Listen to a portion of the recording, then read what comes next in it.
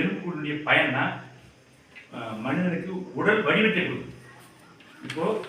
இப்போ நான் பேண்ட்டை போட்டுருக்குறேன், பேண்ட்டை அப்படி பேண்ட்டை மட்டும் கட்டி அப்படியே விற்க விட்டா என்ன ஆகிடும்? பொத்துருக்கிறோம் இல்லையா?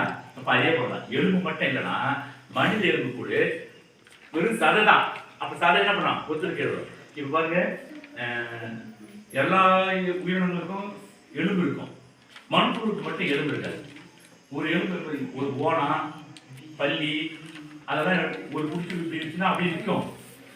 ஒரு தலைமண் தூக்கணும், தலைமண் தூக்கும். ஆனால் ஒரு மண்புழுவை இப்படி தூக்கினா நீட்டாக வரும், விட்டா பொத்துருக்கே வரும். மண்புழு ஒரு பக்கம் இன்னொரு பக்கம் என்ன ஆகிடும்? தூங்கிடும் இல்லையா? ஆனால் மற்ற உயிரினம் அப்படி கிடையாது, மையத்தில் எலும்பு இருக்குது. ஏன்னா சிரிக்கிறதே எனக்கு ஒரு தெரியுது, நிறைய தெரிஞ்சுக்கிறது கேட்கணும். அப்போ எலும்பு கூட மனிதனுக்கு முழு உருவத்தை வடிவ அமைக்குது. உருவம் எப்படி இருக்குது? அப்புறம் பாருங்க, இந்த எலும்பு எங்கே கூடுதலா இருக்குதோ அதுக்குள்ள உறுப்பு மிக முக்கியமான உறுப்புனா பாருங்க.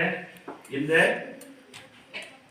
மார்பு கூடுக்குள்ள இதயம் இருக்குது, நுரையீரல் இருக்குது, அது கீழே கிட்னி இருக்குது. இதெல்லாம் முக்கிய உறுப்பு. அதே மாதிரி இங்க பாருங்க, மண்டை உறுப்பு, அதுக்குள்ள மூளை இருக்குது, ஒட்டுமொத்த செயல்பாடும் இருக்கு. அப்ப அதை பாதுகாக்கணும். எல்லா உறுப்பும் இப்ப நம்ம ட்ரெஸ் போட்டுக்கிறோமே தவிர கண் எங்கெங்கெல்லாம் தெரியுதோ தூசியெல்லாம் படியும். அப்போ கண்ணு மட்டும் உள்ளுறுப்பு போலதான் இருக்கு. இதெல்லாம் வெளி உறுப்பா, இதயம் நுரையீரல்லாம் வெளியே உள்ளுறுப்பு வரும் இல்லையா? கண்ணு மட்டும் அந்த அந்த பகுதி வெளியே தெரியுது. ஆனா கண்ணை என்ன பண்ணுங்க, தூசி படுறதோ இல்லை ஏதாவது அப்ப மட்டும் என்ன பண்ண மூடி மூடி தருது. கண்ணு மட்டும் என்ன பண்ணுது? மூடி மூடி தருது. எதுக்காக? ஏதாவது தூசி ஏதாவது வந்துட்டா அப்ப அது என்ன பண்ணா தூசி அப்படியே அது ஒரு கிளிசரால் என்ற ஒரு சிறு திரவம் இருக்குது, நமக்கே தெரியாது, அது அப்படியே வழிச்சிடும். இப்போ இந்த கண்ணாடியில் நம்ம இந்த போர்கள் எல்லாம் போறோம்ல, பஸ் வேன் கண்ணாடியில் தூரல் போட்டால் என்ன பண்ணுது? அதே போலதான் இப்போ நம்ம கண்ணில் தூசி எல்லாம் படுதான்னு அப்பப்போ என்ன பண்ணோம்? கிளீன் பண்ணினே இருக்கும். அப்போ கண் இப்போ ஒருத்தனை ஊட்டிக்கு போனீங்கன்னா, அதுவும் குறிப்பாக மலர் கண்காட்சி யாராவது பார்த்துருக்கீங்களா? அதுவும் பார்த்துக்க மாட்டீங்க, வாய்ப்பு இல்லை. சரி, யாராவது பார்த்துருக்கீங்களா? ஊட்டிக்கு போயிருக்கலாம், மலர் கண்காட்சின்னு ஒரு நாள் இருப்பாங்க. வீடியோ இருக்குயா? ஆமா சார். சரி, அந்த மலர் கண்காட்சியில